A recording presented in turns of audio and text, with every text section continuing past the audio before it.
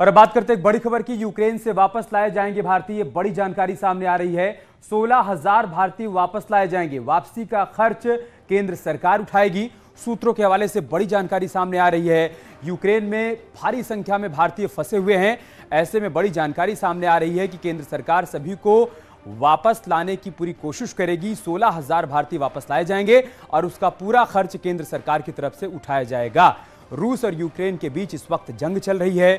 भारी संख्या में तमाम भारतीय जो वहां पर नौकरी करने गए हैं या फिर पढ़ाई के लिए गए हैं वो फंसे हैं। उन्हें उम्मीद है कि भारत सरकार उनको वापस लेकर आएगी। और इस बीच ये बड़ी जानकारी सामने आई है सूत्रों के हवाले से कि तकरीबन 16,000 भारतीयों को केंद्र सरकार अपने खर्चे पर वापस लेकर आएगी। और हमारे वरिष्ठ सहयोगी शैलेंद्र वांगू इस वक्त हमारे साथ जुड़ चुके हैं। शैलेंद्र जी, आपके पास क्या जानकारी इस बड़ी खबर से जुड़ी हुई? देखिए, भारत एक बड़े पैमाने पर फिर से इवैक्यूएशन प्रोसेस शुरू करने वाला है और बताया जा रहा है कि हमारे सूत्र ये बता रहे हैं कि सभी भारतीयों को वापस सुरक्षित देश लाया जाएगा, जिसके लिए इवैक्यूएशन फ्लाइट्स का इंतजाम किया जा रहा है।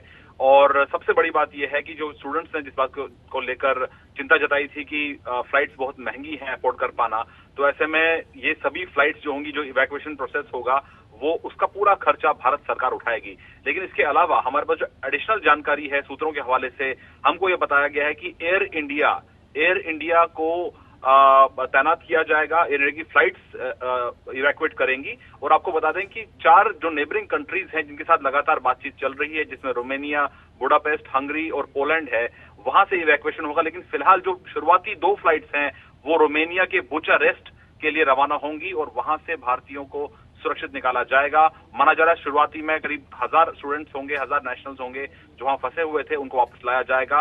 और उसके अलावा एक जो फ्लाइट है वो कल बुडापेस्ट यानी कि जो हंगरी की राजधानी है वहां से भी फ्लाइट्स के जरिए सभी जो भारतीय हैं उनको वापस लाने की प्रक्रिया शुरू की जाएगी। और ये अपने आप में बहुत बड़ी बात है कि आपको याद होगा कि अफगानिस्तान में भी ऑपरेशन देवी शक्ति चलाया गया था, जिसमें सभी भारतीयों को वहां से सुरक्षित निकाला गया था। करीब 550 भारतीयों को और जो वहां की माइनॉरिटीज उनको निकाला गया था। लेकिन ये एक बहुत बड़ा ऑपरेशन होने वाला है जिसका सारा खर्चा भारत सरकार उठाएगी।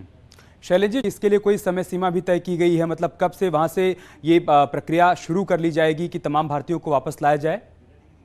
देखिए, पहले तो ये देखना होगा कि कुल मिला के 20,000 से ज्यादा भारतीय छात्र और नागरिक वहां पर थे अब से कुछ दिन पहले तक, जिनका डेटा इकट्ठा किया जा रहा था। और उसके बाद हमें जो विदेश मंत्रालय ने जो बोला कि इसमें से 4,000 भारतीय लौट चुके हैं एडवाइजरीज को देखते हुए।